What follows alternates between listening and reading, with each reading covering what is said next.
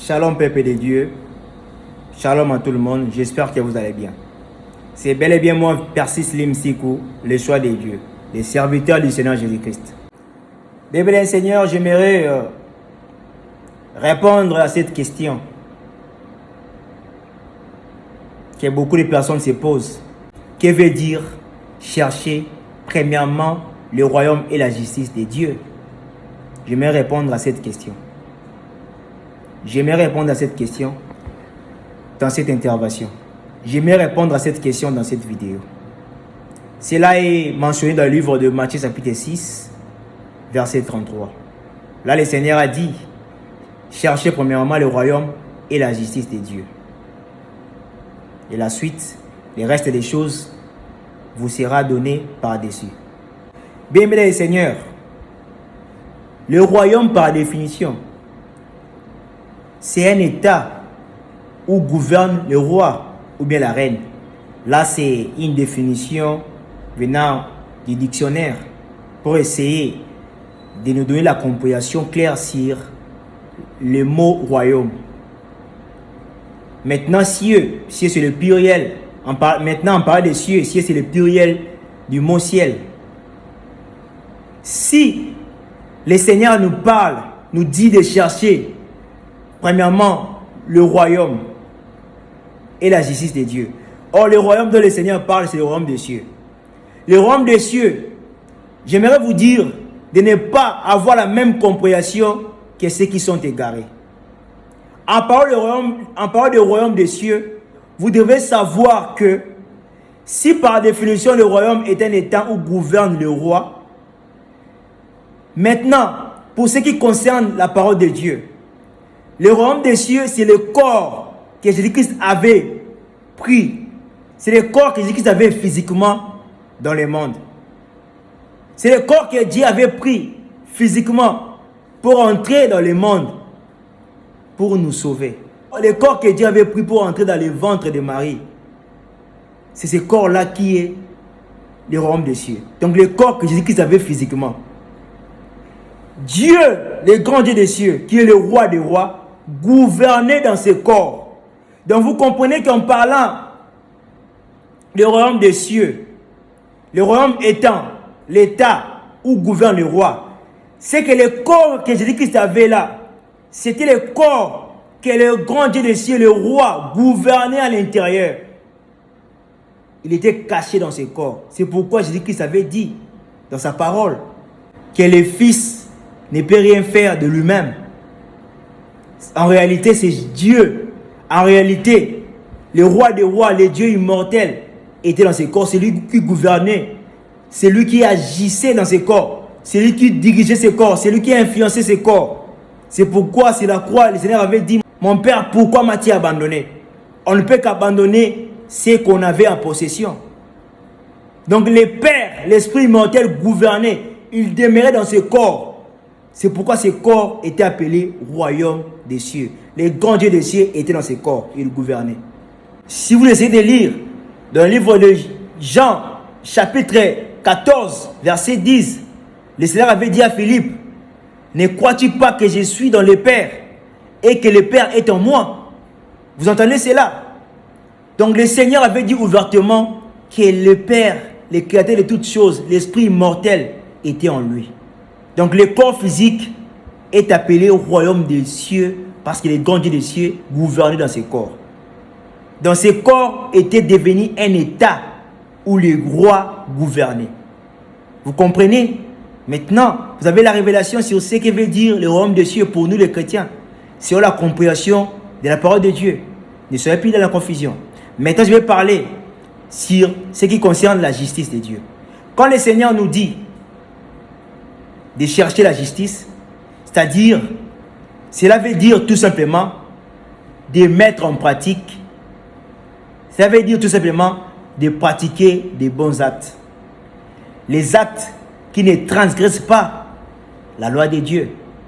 Les actes qui ne vont pas nous pousser à pécher contre la loi de Dieu. C'est ça, c'est ce qui veut dire pratiquer la justice. C'est ce qui veut dire chercher la justice. De pratiquer les œuvres justes, c'est de ne pas transgresser à la loi de Dieu. C'est ce qui veut dire. C'est ce qui veut dire chercher la justice. Mettre cela en pratique. Pratiquer des bons actes. Des actes qui ne transgressent pas la loi de Dieu. C'est pourquoi le Seigneur lui-même est le maître de maître.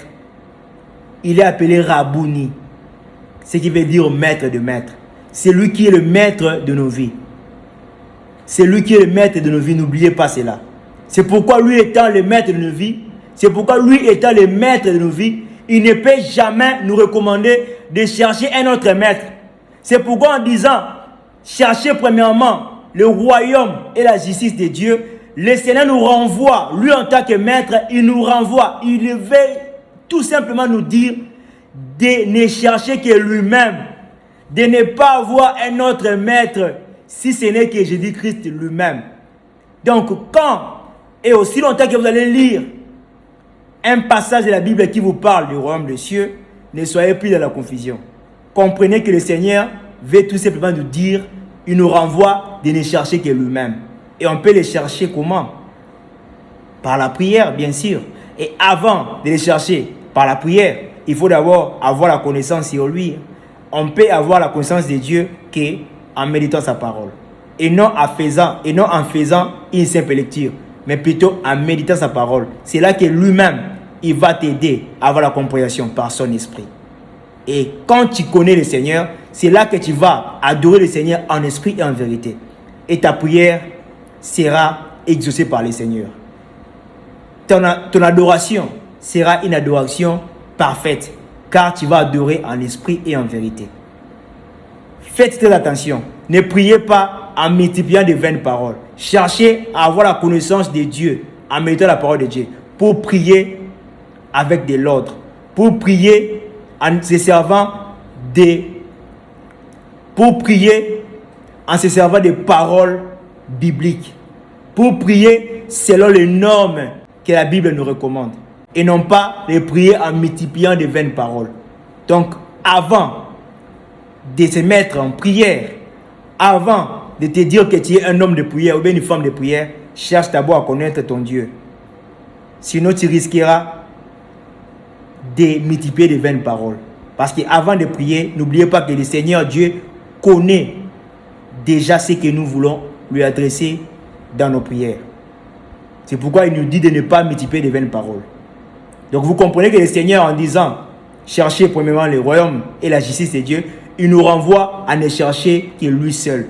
Lui étant notre maître, de ne pas chercher une autre personne. Il nous renvoie à tout prix de lui chercher. Il nous renvoie à tout prix de le chercher tous les jours de nos vies, de le chercher par la prière, de le connaître en méditant sa parole, d'être près de lui, d'être rempli de son esprit, d'avoir l'amour de la vérité qui nous conduise, qui nous fortifie chaque jour de nos vies, de ne pas être loin de lui.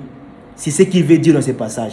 Et quand on a le Seigneur, et quand on a lui-même le Seigneur en nous, quand on est rempli de son esprit, quand le Seigneur est réellement notre maître, pour ce qui concerne de chercher la justice de Dieu, nous n'allons rien forcer là-dessus. C'est lui-même étant le maître, étant le conducteur, le Saint-Esprit, il va nous conduire dans la justice. Parce que souvenez-vous que nous avons un corps qui a des faiblesses. Sans l'Esprit du Seigneur, nous ne pouvons rien faire. Nous n'allons rien faire. Donc lui étant notre maître, si nous le mettons à la première position, si nous nous mettons à le chercher en premier lieu et qu'il a réellement la place qu'il lui faut, c'est là que lui-même il va nous conduire, il va nous pousser à commettre des actes qui sont justes. Il va nous pousser à commettre des actes qui sont justes. Donc comprenez que nous les chrétiens, nous ne forçons rien. Nous ne pouvons même pas forcer à marcher dans la crainte de Dieu. Nous ne pouvons même pas forcer à chercher la justice. Nous ne pouvons même pas forcer à devenir des chrétiens. Parce que le Seigneur lui-même a tout planifié. En étant élu de Dieu, cela va te pousser à tout prix à croire à lui. Pour devenir enfant de Dieu, pour devenir chrétien. Donc pour nous, rien n'est forcé. C'est lui notre maître qui habite en nous, appelé Saint-Esprit. C'est lui qui nous guide. C'est lui qui nous guide. C'est lui qui nous conduit. C'est lui qui te pousse, qui nous pousse à aider les pauvres.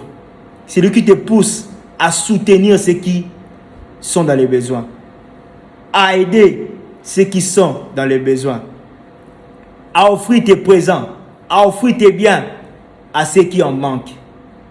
À prendre en charge les pauvres, les orphelins. C'est lui qui nous pousse à commettre des actes justes. C'est lui qui nous pousse à commettre des actes justes. C'est pourquoi toi qui n'as pas encore cru au Seigneur et que tu es touché par cette vidéo, c'est que le Seigneur t'a élu avant la fondation du monde. Ce qui te reste, c'est juste de croire à cette parole, de croire au Seigneur Jésus-Christ, de lui donner ta vie. Fais-toi baptiser en son nom de Jésus-Christ pour le salut de ton âme, afin qu'il puisse devenir aussi ton maître, pour qu'il te conduise, pour avoir les sceaux de la vie éternelle. Que le Seigneur vous bénisse.